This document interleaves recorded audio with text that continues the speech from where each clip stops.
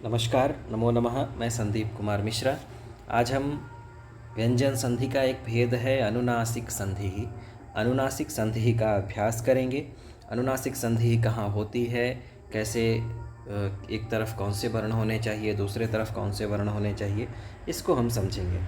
क्या लिखा है देखिए, शब्द के अंत में वर्ग के प्रथम, द्वितीय, तृतीय, चतुर्थ वर्ण के बाद, ध्यान रखना है, शब्द के अंत में वर्ग के प्रथम वर्ण हो, द्वितीय वर्ण हो, तृतीय वर्ण हो और चतुर्थ वर्ण के बाद कोई अनुनासिक वर्ण या म गण न वर्ण हो तो शब्द के अंत में स्थित वर्ग के प्रथम, द्वितीय, तृतीय एवं चतुर्थ वर्ण के स्थान पर, ध्यान देना है।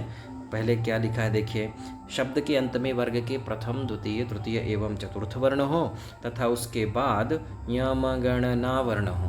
दूसरी तरफ पंचम वर्ण, अनुनासिक वर्ण इन्हें कहा गया है क्योंकि ये नासिका और मुख दोनों से, मुख और दोनों से बोले जाते हैं, इसलिए इन्हें अनुनासिक वर्ण कहा गया है। वर्ग के जो पंचम वर्ण हैं वो सभी अनुनासिक वर्ण हैं।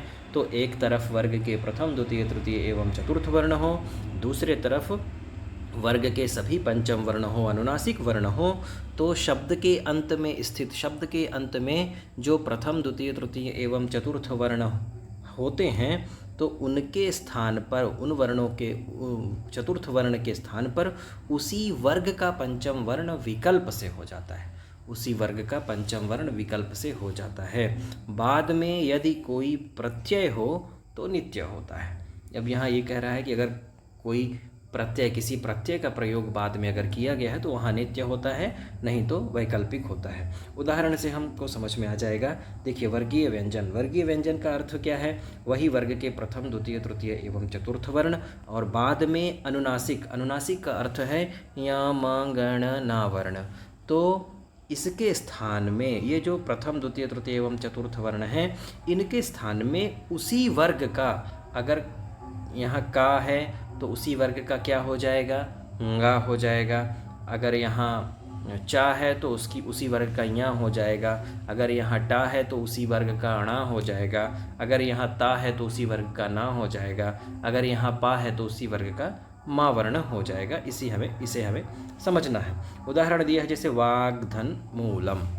अब यहाँ देखिए, वाग, गा यहाँ तृतीय वर्ण है और आगे मूलम, मूलम में जो माँ है यह पंचम वर्ण है, अनुनासिक वर्ण है।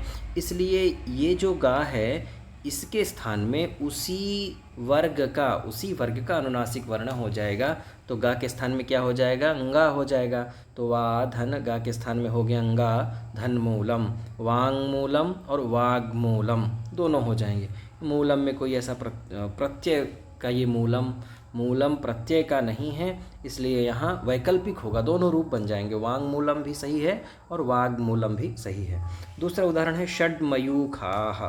षड, डा यह तीसरा वर्ण है, टा ठा डा, आगे मयूखाह का मा वर्ण अनुनासिक वर्ण है, इसलिए इस डा के स्थान में उसी वर्ग का पंचम अक्षर ण हो जाएगा। तो डा के स्थान में क्या हो गया, ण, षण मयूखाह, षण मयूखाह और षड मयूखाह दोनों रूप यहाँ सही है, डा के स्थान में ण हो गया है।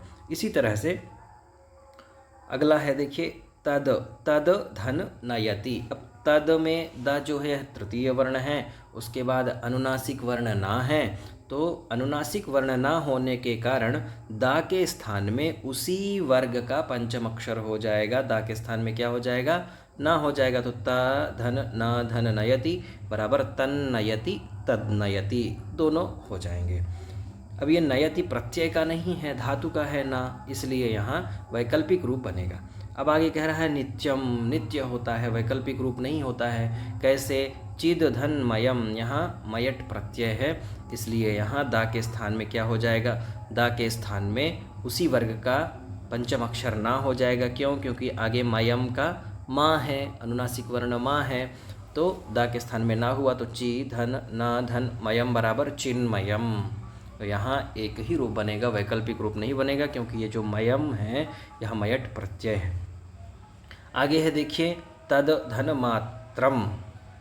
तद धन मात्रम, यहाँ भी मात्रच प्रत्यय है, तो तद धन मात्रम यहाँ रूप है, दा तृतीय वर्ण है और आगे मात्रम का मा अनुनासिक वर्ण है, इसलिए दा के स्थान में क्या हो जाएगा, उसी वर्ग का पंचम अक्षर ना हो जाएगा, तो ता धन ना धन मात्रम बराबर तन मात्रम दा के स्थान में ना हो गया है।